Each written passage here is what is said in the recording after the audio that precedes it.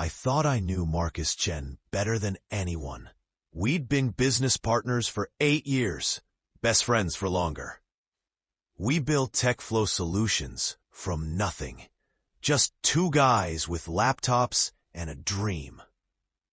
By 2023, we were pulling in $3 million annually, with a client list that included Fortune 500 companies. That Tuesday morning in March changed everything. I was reviewing our quarterly financials when something caught my eye. A wire transfer for $127,000 to an account I didn't recognize. Then, another for $89,000.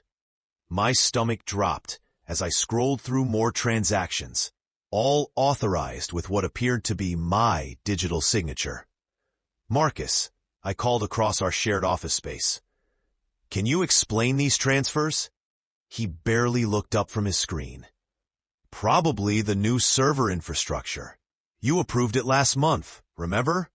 But I didn't remember, and the account numbers didn't match our usual vendor payments. That night, I couldn't sleep.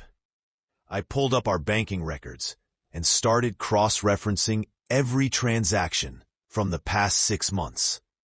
What I found made my blood run cold. Over $400,000 in unauthorized transfers, all bearing forged versions of my signature.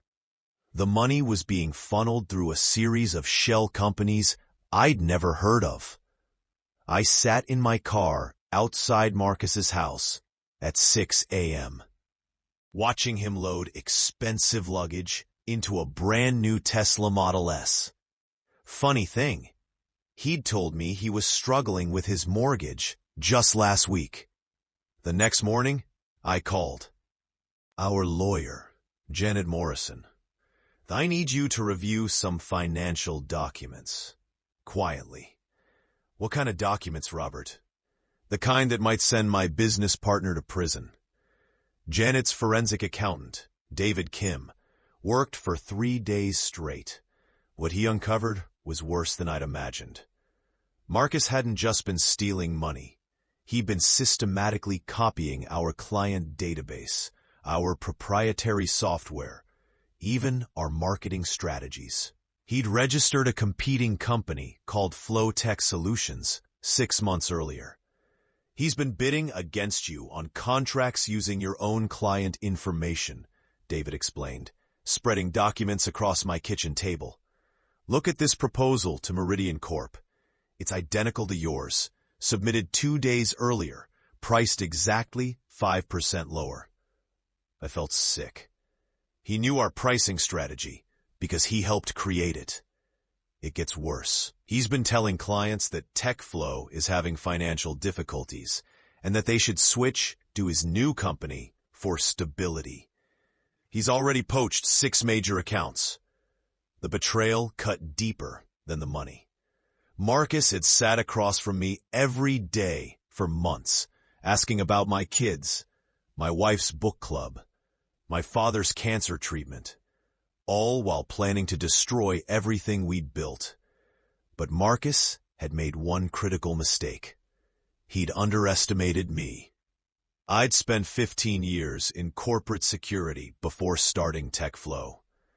I knew how to build a case. I knew how to document evidence. And I knew how to stay calm. Under pressure. First, I contacted our clients directly. I'm calling to confirm some recent communications you may have received about TechFlow's financial status. The conversations were enlightening. Marcus had been telling them we were bankrupt, that he was the only one who could save their projects.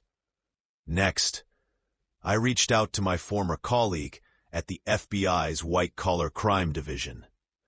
Tom, I need advice on corporate fraud documentation. How big are we talking, Robert? North of $500,000. Possibly more. Tom's voice sharpened. Send me everything you have. Tonight. I spent the next week building the most comprehensive case I'd ever assembled.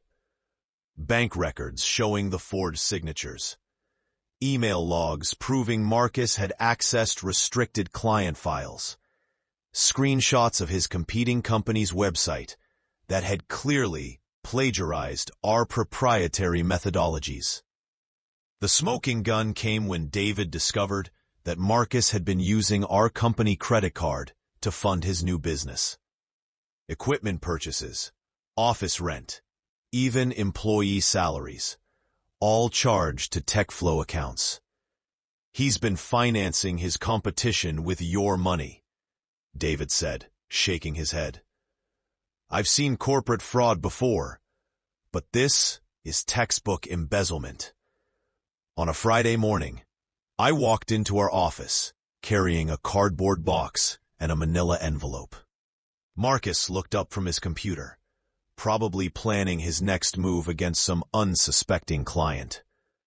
"We need to talk," I said, setting the box on his desk. "Sure, what's up?" His casual tone made my skin crawl. I opened the envelope and spread out the bank statements, the forged signatures, the evidence of his competing company. "You can explain this to me, or you can explain it to the FBI. Your choice." The color drained from his face.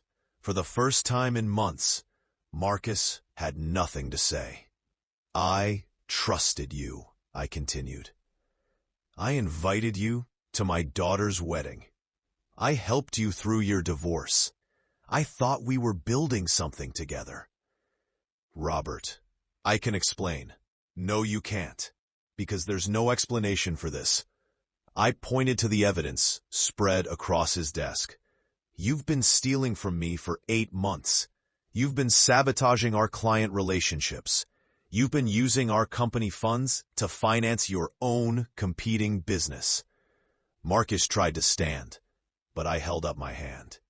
"Don't. Security is already on their way up. So are the police."